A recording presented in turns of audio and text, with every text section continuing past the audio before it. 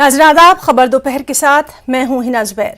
नाज़रीन, आज कर्नाटक असेंबली में तब्दीली मजहब पर पाबंदी का बिल पेश किया जाने वाला है। हालांकि अपोजिशन जमातें अक़लियती तबकों की तरफ से पुरजोर मुखालिफत की जा रही है। आज हम इसी मामले पर यहाँ पर अपने खास मेहमानों से बातचीत करेंगे। हमारा आज का मौजू है तब्दीली मजहब कानून, जरूरत या सियासत। चलिए शुरुआत करेंगे खबर दोपहर की।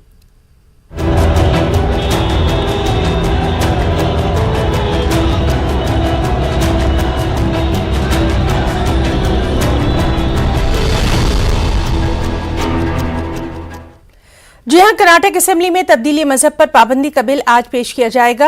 अपोजिशन अक़लियती तबकों की जबरदस्त मुखालफत के बावजूद रियासत की बीजेपी हुकूमत मुतनाज़ बिल को असेंबली इजलास में पेश करने वाली है। वाज़ेह है कि तब्दीली मजहब मुखालिफ बिल को कर्नाटक काबीना ने मंजूरी दे दी है। मौजूदा हालात में पिछड़े तबके और शेड्यूल कास्ट के हिंदू दूसरे मजहब कबूल कर रहे हैं, ताहम उन्हें इस हालत में भी रिजर्वेशन का मुस्तहिक करार दिया गया है। फलाही स्कीमों का फायदा वो हासिल करते हैं। अगर तब्दीली मजहब मुखालिफ बिल पास हो जाता है तो ये सब कुछ बदल जाएगा। अगर कर्नाटक में तब्दीली मजहब मुखालिफ कानून लागू होता है तो इसका सीधा असर सबसे ज्यादा पिछड़े तबके और शेड्यूल कास्ट के लोगों पर ही देखा जाएगा। इस कानून के लागू होने के बाद पिछड़े तबके और शेड्यूल कास्ट के लोग हुकूमत की फलाही स्कीमों, तालीम, रिजर्वेशन का फायदा खो सकते हैं। मुजवज़ा कानून में मुबैना तौर पर मजहब तब्दील करने वाले लोगों को मजहबी अक़लियती मानने को मफरूज़ा कहा गया है। सवाल यह है कि आखिर कर्नाटक हुकूमत इन तमाम इक़दाम से क्या साबित करना चाहती है? क्या कानून ने लोगों को मजहब तब्दील करने का हक नहीं दिया है? क्या जमहूरी मुल्क में दस्तूरी बुनियादों पर लोग आज़ादाना जिंदगी गुजारेंगे या फिर नाम नेहाद वोट बैंक और दीगर मफरूजात के लिए हुकूमत अपनी मनमानी करेगी? इसी पर आज हम बात करेंगे। हमारे साथ मौजूद रहेंगे दो खास मेहमान, जिनसे हम ये समझने की कोशिश करेंगे कि आया ये सिर्फ सियासत है या फिर इसके कुछ मायने भी हैं।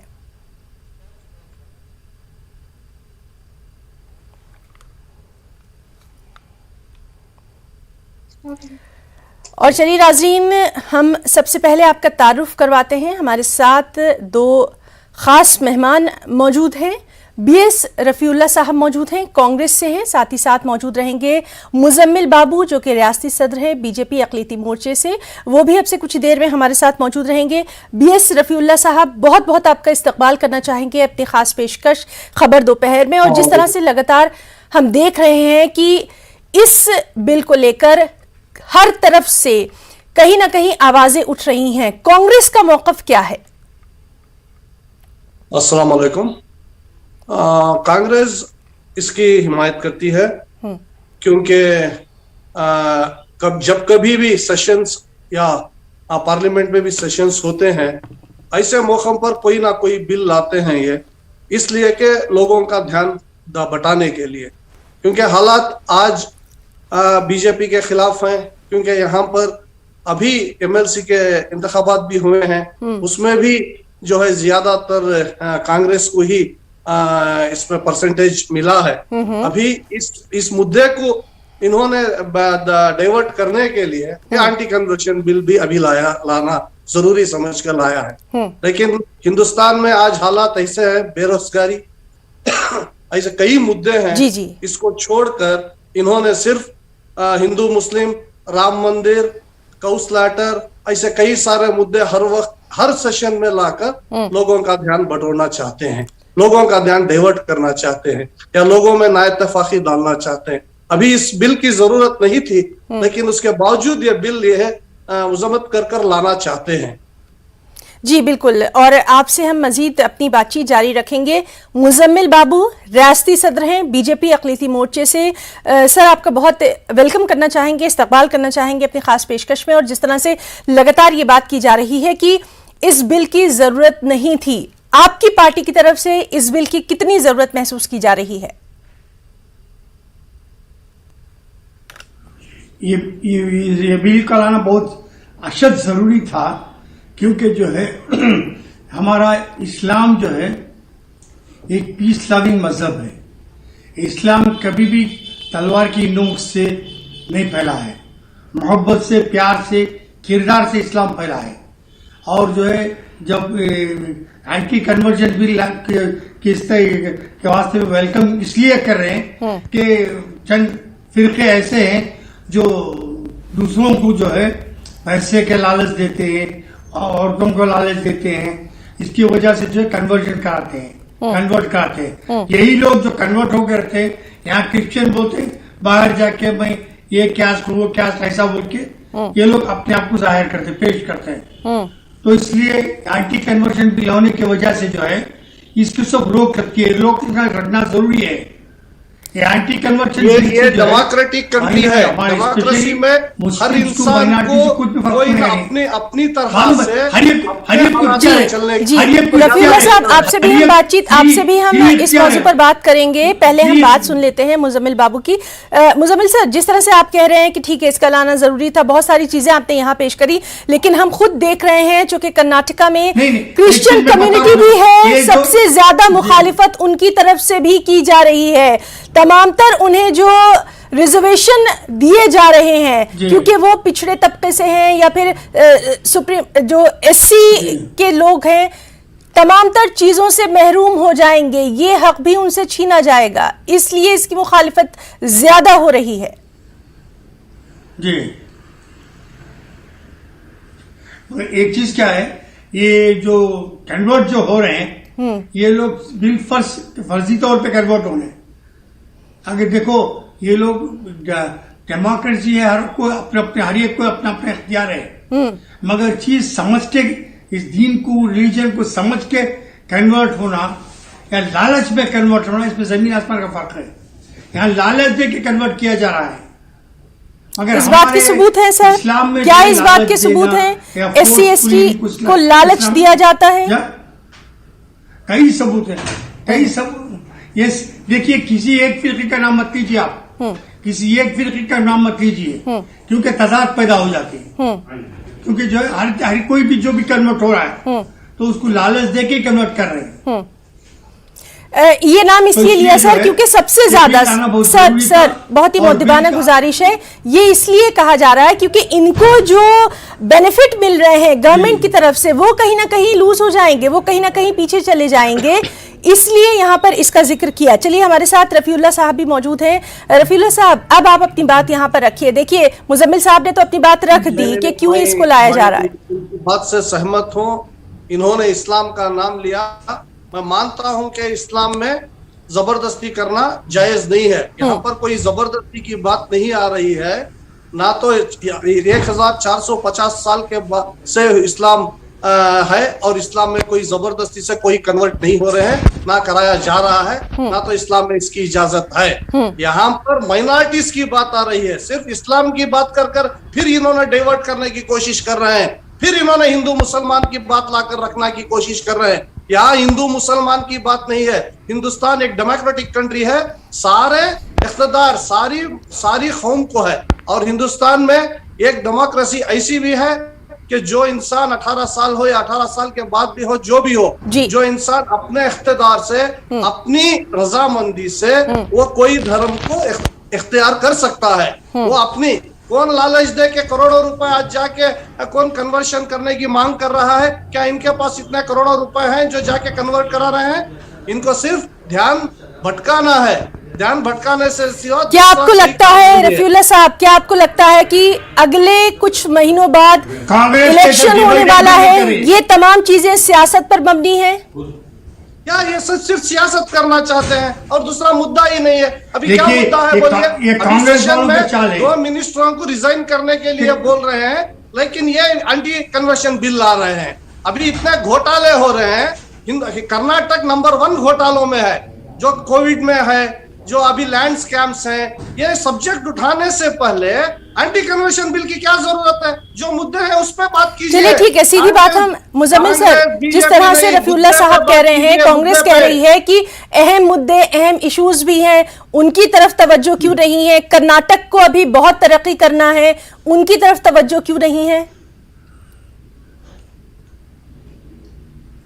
नहीं, तरक्की की तरफ जा रहे हैं, तरक्की के लिए सोच के ये बिल उठाए, ये कदम उठाए। पार्टी हमारी ये बीजेपी जो है बिल नहीं है, एक ये जो है बांटने वाली बिल है। उभरती हुई पार्टी है और सारे हिंदुस्तान में मुसलमान, बाकायदा है। क्रिश्चियन, ऐसा बांटने की बिल है ये तबके वाली बिल है, ये जो है डेवलपमेंट वाली बिल नहीं। कर्नाटक नंबर 1 था हिंदुस्तान के अंदर, आज अगर कहां पे पहुंचा नहीं, है आपको अगर मालूम जो है मुज़म्मिल साहब, अगर माइनॉरिटीज बटते अगर माइनॉरिटी रफीउल्लाह साहब चलिए बात सुन लेते हैं। रफीउल्लाह साहब आपने अपनी बात रखी, अब हम मुज़म्मिल साहब की बात सुनते बट्टे वाली तो बटेंगे। जी मुज़म्मिल साहब, और भी इश्यूज हैं उन पर भी तवज्जो होना चाहिए। क्यों नहीं माइनॉरिटीज की तालीम की बात होती, माइनॉरिटीज को स्कॉलरशिप देने की बात होती, बहुत सारी स्कीमात से आज भी कर्नाटक की जो माइनॉरिटीज हैं वो कहीं ना कहीं महरूम है, उस जानिब क्यों नहीं तवज्जो? मैडम मैं एक बात इस वक्त जो है रफीउल्लाह साहब, मुज़म्मिल साहब से हम सुन लेते हैं, फिर आपके पास आएंगे। के पास बात किया था, नहीं, उनके इनको पास ज्ञान का मुझसे नहीं बात है, करें तो या मुझे बात करें 3200 करोड़ माइनॉरिटीज को दिया गया था कांग्रेस हुकूमत ने, आज इन्होंने 700 करोड़ पे लाके खड़ा कर दिया है। रफीउल्लाह साहब आपकी बात हम सुनेंगे, मुज़म्मिल साहब की बात हम सुन लेते हैं। मैं चाहूंगी रफीउल्लाह साहब, इनके पास मुद्दे कहाँ है? कांग्रेस और जेडीएस, ठीक है बात हम उनकी सुन लेते हैं। जी मुज़म्मिल सर सुनिए मेरी बात। कांग्रेस और जेडीएस सिर्फ 22 करोड़ रुपए माइनॉरिटीज को दिए थे। जब येडियुरप्पा साहब जब डिप्टी सीएम हुए तब 80 पर 3 करोड़ रुपए अलॉट किए। उसके बाद में बीजेपी है जो इतने 3000 करोड़ तक के फंड्स लाने के लिए रूट कास्ट बीजेपी है। कांग्रेस जेडीएस क्या किए माइनॉरिटीज को? कांग्रेस जेडीएस माइनॉरिटीज की आपको बात करने के लिए आप माइनॉरिटी सदर हैं, आपने क्या कोशिश की है कि मुसलमानों को माइनॉरिटीज को पैसा लाने के लिए 3 साल लगातार खत्म हो रहे हैं बीजेपी के, कितना करोड़ रुपया आप लाए हैं मुज़म्मिल साहब? आप क्या किया है बोलिए? हुकूमत को कितना आपने इम्प्रेस किया है, कितना माइनॉरिटीज के लिए आपने पैसा मांग के लाया है बताइए। आज ये ठीक है रफीउल्लाह साहब, पहले इसका जवाब सुन लेते हैं। आपने जो सवाल पूछा है कि माइनॉरिटीज के लिए क्या कुछ दिया, इसका जवाब सुन लेते हैं। बच्चे फीसों बनने के बगैर घर में बैठ रहे हैं बच्चे, ये हालत बीजेपी वालों की है। रफीउल्लाह साहब उनका जवाब भी सुन लेते हैं, आपने अपनी बात रखी है, अब चलिए उनका जवाब सुन लेते हैं कि क्या किया गया। मुज़म्मिल साहब जी आपकी आवाज आ रही है। कोविड की वजह से 2 साल स्कूल कॉलेजेस सब बंद रहे, 2 साल स्कूल कॉलेजेस सब बंद रहे। सारे हिंदुस्तान तो नहीं सारे वर्ल्ड का माशरा तहस तहस हो गया कोविड की वजह से, जिसकी वजह से मुज़म्मिल सर उसके बाद तो मजीद तवज्जो की जरूरत थी। खासतौर पर मैं आपका ध्यान यहाँ पे चाहूंगी, जिन बच्चों के वालिदैन नहीं है, माइनॉरिटीज जिन बच्चों की तालीम उनके लिए क्या किया गया? सुनिए नहीं जी बोलिए सर, बोलिए प्लीज मेरी बात सुनिए पूरी। 1500 करोड़ फंड्स बीजेपी में बजट अलॉट हुआ था। परसों हम जाके अर्जी लेकर आए सीएम को कि इसको इमीडिएट बढ़ाना है, और सीएम वादा किए मैं गौर करके जरूर बढ़ाऊंगा। इसमें जो बच्चे ड्रॉप आउट हुए सब हमारी नॉलेज में रखते हुए ये सब आंखों देखा सीएम की नजरों के सामने पेश किए। सीएम रूबरू बोले, उनसे वादा भी लिए कि फौरी तौर पे काम करेंगे बोल के, और ये करें इंशाल्लाह। देखिए हमारे में भी कौम का दर्द है, राजकीय सियासत एक तरफ, दिलों में दर्द वो एक तरफ है। एक इंसानियत के नाते जो है दर्द रखना जरूरी है। ठीक है रफीउल्लाह साहब, देखिए आपके सामने उन्होंने कह दिया कौम का दर्द है। मैडम मैं एक बात करना चाहता हूँ, 1700 करोड़ सैंक्शन करना और रिलीज होने में बहुत फर्क है। 700 करोड़ रुपए रिलीज हुए हैं, कितने बच्चे फीस भरने के बगैर घरों पे बैठे हैं इनको मालूम है क्या? इन्होंने किया है वहां पे केएमडीसी हो या दूसरी जगह। अच्छा ठीक है, हम अपने मौजूद पर आते हैं। दोनों मेहमानों से रिक्वेस्ट है मेरी, तब्दीली मजहब मुखालिफ बिल जिसकी हम बात कर रहे हैं, इस बिल को अभी लाने की क्या जरूरत थी? क्या यहाँ पर सिर्फ सियासत है या फिर कुछ सियासत भटकाना चाहते हैं?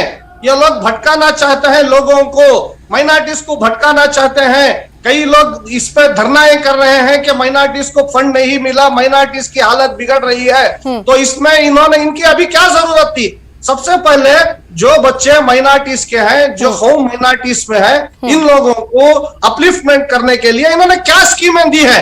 मैं ये कहना चाहता हूं इनको 3000-4000 करोड़ से 700 करोड़ में लाकर फिर उन्हीं माइनॉरिटी पे आप प्रेशर डालना चाहते हैं, उन्हीं माइनॉरिटी पे कन्वर्शन बिल ला के आप भटकाना चाहते हैं। क्या क्रिश्चियन भाई हमारे मुल्क के नहीं है? क्या क्रिश्चियन भाई हमारा मुल्क छोड़कर दूसरी मुल्क से आए हैं? नहीं है। यहाँ पर डेकेड्स टुगेदर क्रिश्चियन भाई भी है, बुद्धिज्म भाई भी है, मुसलमान, ये सब हिंदुस्तान उन्हीं का है। तो अभी कन्वर्शन बिल लाने की जरूरत क्या है आपको? आपको लगता है कि कुछ और अहम मुद्दे हैं जिन पर तवज्जो देना है? कन्वर्शन बिल सिर्फ किचन कन्वर्शन बिल सर जी, मुजम्मिल सर आपसे भी हम जानेंगे, हम रफी साहब से जान लेते हैं क्या और अहम मुद्दे भी हैं जिन पर तवज्जो देने की जरूरत है, फौरी तौर पे बताइए। बहुत मुद्दे हैं मैडम। आज जो है बेरोजगारी आज आसमान छू रही है, कोविड में लोग लगातार मर रहे हैं। लेकिन बीजेपी ये भी कह रही है कि कांग्रेस ने कुछ नहीं किया अपने दौरे इख्तिदार में।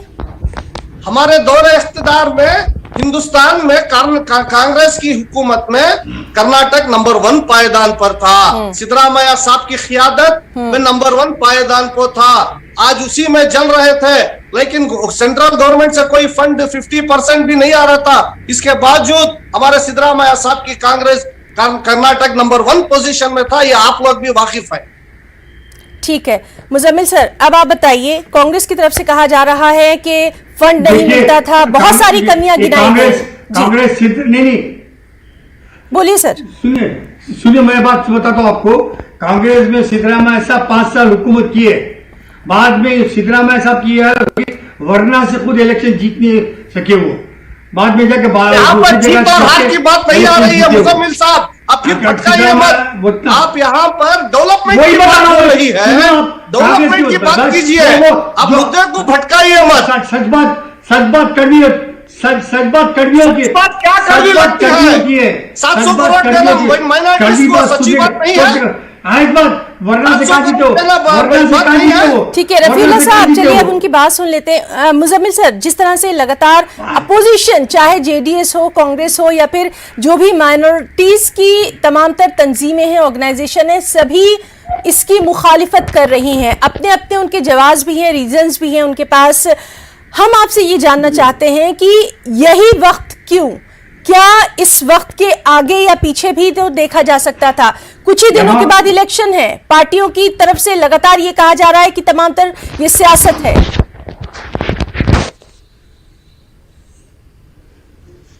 एक चीज क्या है, इंडिया जो है एक डेमोक्रेटिक कंट्री है, हर एक को एहतजाज करने का हक है, हर एक को एहतजाज करने का हक है। अब ये बिल जो है हमारी पार्टी जो है, अपने मजहब को मानने का हक भी है सर, ये अशद जरूरी है, वो लाए हैं। बाकायदा हक है, लकुम दीन को वलिय दीन बोल के कुरानी बोल रहे हैं ना, हर एक को उसका हक है ना, हर एक रिलीजन उसको प्यारा है। हम उसके वास्ते में फिर अब जरूरत क्या है? कन्वर्शन बिल लाने की जरूरत क्या है? बिल लाने से जो है ये नुकसान नहीं बल्कि फायदा है। ठीक है, फायदे बता दीजिए, फायदे बता दीजिए सर। रफीउल्लाह साहब फायदे सुन लेते हैं, जो फिर फायदे बता दीजिए। हालत कैसे है? लॉकडाउन 1 और 2 में जो लोग आज घर खाली करके गए हैं शहरों से, क्या वो वापस आ गए? रफीउल्लाह साहब, हम जरा फायदे भी सुन लेते हैं, उनकी बात भी सुन लें। जी मुजम्मिल सर, फायदे बताइए, किस तरह से बेनिफिट देखिए। अगर ये बिल एंटी कन्वर्शन बिल आने से जो है, ये जो फोर्स करके पैसों का लालच देके, औरतों का लालच देके जो कन्वर्जन करा रहे हैं, तो ये चीज से बच जाते हैं। अगर हर एक को अपना अपना इख्तियार है, अगर अपना धर्म बदलना चाहे तो कोई उसकी अपनी मर्जी से बदल रहा है, तो कोई उसको रोक नहीं सकते। ये जो एंटी करप्शन इसके कन्वर्शन बिल जो ला रहे हैं, इसमें ये नहीं करेंगे हरगिज बदलना ही नहीं बोल के, उसके चंद वजूहात बयान करके उसे वजाहत दे के आप चाहे तो बदल सकते हैं, मगर ये नहीं करेंगे बदलना ही नहीं बोल के कहीं नहीं है। ये अपनी मर्जी के मुताबिक मालिक आप है, मगर आपको कोई लालच दे के या फोर्स करके बदला रहा है रिलीजन, वो गलत है बोल के ये कन्वर्जन। तो ये बात कैसे साबित होगी? अल्लाह मचाने की कोई जरूरत ही नहीं है। ये बात कैसे साबित होगी कि लालच दिया गया या फिर जोर जबरदस्ती? आने वाला वक्त बताएगा, आने वाला वक्त बताएगा, आने वाला उसके सबूत के साथ मैं बोल रहा हूँ, मैं जो भी बोल रहा हूँ सबूत के साथ बोल रहा हूँ। ठीक है, ठीक है, आपकी बात भी यहाँ पर हम इसीलिए अपने नाजरीन तक पहुंचा रहे हैं, ताकि कम से कम हमारे नाजरीन को भी पता चले कि क्या कुछ है इस बिल में। रफीउल्लाह साहब, अब वो कह रहे हैं कि इसमें बहुत सारी चीजें हैं जो कि फायदा भी देंगी, आगे आने वाला वक्त जो है वो बताएगा। 2014 से हिंदुस्तान फायदे में ही है मैडम, 2014 से हिंदुस्तान की आवाम भी देख रही है कि फायदा ही फायदा है। महंगाई इतनी है वो भी फायदा है, पेट्रोल के दाम ज्यादा हो गए वो भी फायदा है। कर्नाटक की बात कर लें, कर्नाटक की बात कर लें, तब्दीली मजहब मुखालिफ बिल को इंफ्रास्ट्रक्चर कितना डेवलप हुआ है वो भी फायदा है। इंफ्रास्ट्रक्चर जो है, जो मनमोहन सिंह साहब के हुकूमत में जो भी स्केचेस, जो भी रफीउल्लाह साहब, बहुत मेरी आपसे रिक्वेस्ट है, जो हमारा अहम मौजू है, अहम मौजू से हम नहीं भटकेंगे। रफीउल्लाह साहब, अहम मौजू से नहीं भटकेंगे। तब्दीली मजहब मुखालिफ बिल की जो मुखालिफत की जा रही है, जिसको लगातार लेकर एहतजाज किया जा रहा है, किस लिए? यहाँ तो आपको फायदे भी उन्होंने बता दिए। वो क्या फायदा बताए मैडम? क्या पहले से ही जो है वही फायदा है। मतलब जो आप मुजम्मिल साहब ने अभी बताया क्या फायदा है कि कन्वर्शन होने से पहले अफिडेविट देके वो अपनी मर्जी से कन्वर्शन हो सकता है। ये क्या आज है? क्या फायदा है? ये पहले भी था, ये पहले भी है, तो अभी नया क्या है? आपको मुद्दा क्यों भटका रहे हैं? आप कन्वर्शन बिल लाने की जरूरत क्या है? नाम सिर्फ कन्वर्शन बिल का है। ये मॉब लिंचिंग, ये सभी जो हो रहे हैं, ये किस लिए हो रहे हैं? क्या अच्छा, अभी मैं उनको एक सवाल करना चाहता हूं, क्या कन्वर्शन पहले ऐसा ही आके अल्लाह अकबर बोल के या ओ जीसस बोल के कन्वर्ट हो जाता था? ऐसा नहीं है। पहले भी जो है अफिडेविट दे के, एक हमारी डेमोक्रेसी का जो सिस्टम है उस हिसाब से कानून के तहत वो अपनी मर्जी से, वो अपने वालिदैन की मर्जी हो या अगर 18 साल से ज्यादा हो, वो अपनी मर्जी से अफिडेविट देके वो कन्वर्ट हो सकता था, वो मुदाखलत कर सकता था, वो दूसरे धर्म को अपना सकता था। ये फिर अभी क्या जरूरत है? अभी नया क्या लाए? अब इसमें सजा की बात भी की जा रही है। इसमें यह भी कहा जा रहा है कि बहुत सारी स्कीमात का फायदा भी नहीं उठा सकते, बहुत सारी चीजें इसमें लाई गई हैं। हाँ, नहीं कोई स्कीम, देखिए मैडम, इनका मकसद था, अभी ये बता रहे थे कि पैसा, औरत, क्या पैसा क्या है? मेरी तो समझ में नहीं आया। ये लोग ही जाके पैसा देके शायद कन्वर्शन रुका रहे हैं। ठीक है, हम यहाँ बिल्कुल पर्सनल नहीं होंगे, सिर्फ हम इस बिल की बात करेंगे, सिर्फ इस बिल की बात करेंगे। इसकी मुखालिफत की जा रही है तो क्यों? अगर ये सही है तो क्यों? मुजम्मिल साहब, अब आपसे हम जानना चाहेंगे, हम ये खौफ, ये डर हम कैसे दूर करें कि इसका मिसयूज नहीं होगा? क्या आप ये बात समझा सकते हैं यहाँ पर? ये डर और खौफ जो है कांग्रेस और जेडीएस वालों की तरफ से डाला गया है और उसको उभारते जा रहे हैं। ये डर और खौफ बीजेपी की तरफ से कुछ भी नहीं है। बीजेपी जो भी कर रही है अवाम के लिए, फलाह और बहबूदी के लिए कर रही है। अगर कन्वर्शन बिल ला रही है, इसमें नुकसान क्या है बताओ? इसमें नुकसान क्या है? आप इतना उसमें हल्ला मचाने की जरूरत क्या है? वो मेरा सवाल ये है। आपको भी लगता है कि कांग्रेस की तरफ से, जेडीएस की तरफ से, दूसरी कम्युनिटी की तरफ से सिर्फ पॉलिटिक्स हो रही है इस पर? बिल्कुल 100% पॉलिटिक्स हो रही है, 100% पॉलिटिक्स हो रही है। ठीक है, कांग्रेस पर लगातार ये इल्जाम लगता रहा है, लगातार ये कहा जाता रहा है रफीउल्लाह साहब के वो चीजों को भटका रही है, मुद्दों को भटका रही है और चीजों को समझ नहीं रही है। इस बिल को लेकर खास तौर पर क्या कुछ मौकफ रहा है? हम यहां पर यह भी समझना चाहेंगे कि जब इसकी मुखालिफत की जा रही है तो कौन कौन से अहम इश्यूज हैं, कौन कौन से ऐसे पॉइंट्स हैं जिनको लेकर मुखालिफत है? देखिए, अभी चर्चों पे अटैक हो रहे हैं, तो क्या कांग्रेस उसकी सहमत कर, क्या कांग्रेस उसकी मदद करना क्या गलत है? मॉब लिंचिंग हो रही है तो उनको उन जुल्म कशीदा लोगों को बचाना, उनके साथ खड़े होना क्या कांग्रेस की सियासत है? ये क्या जालिमों को जुल्म हो रहे हैं उनके साथ खड़े होना क्या गलत है?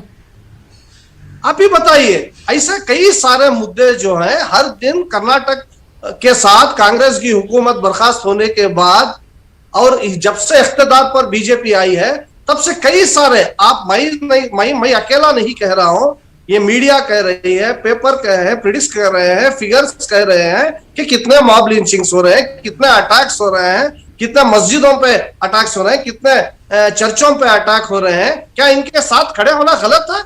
क्या कांग्रेस? चलिए ठीक है, तो बहरहाल आज देखना अहम रहेगा कि कर्नाटक की असेंबली में क्या कुछ होता है, उससे भी हम अपने नाज़रीन को रूबरू करवाएंगे। आप दोनों मेहमानों का, बीएस रफीउल्लाह साहब आपका जो कि कांग्रेस से हैं और मुजम्मिल बाबू आपका जो कि रियासती सदर हैं बीजेपी अक़लियती मोर्चे के, दोनों मेहमानों का उनका कीमती वक्त देने के लिए बहुत बहुत शुक्रिया अदा करना चाहेंगे। खबर दोपहर में आज के लिए फिलहाल इतना ही। आदाब।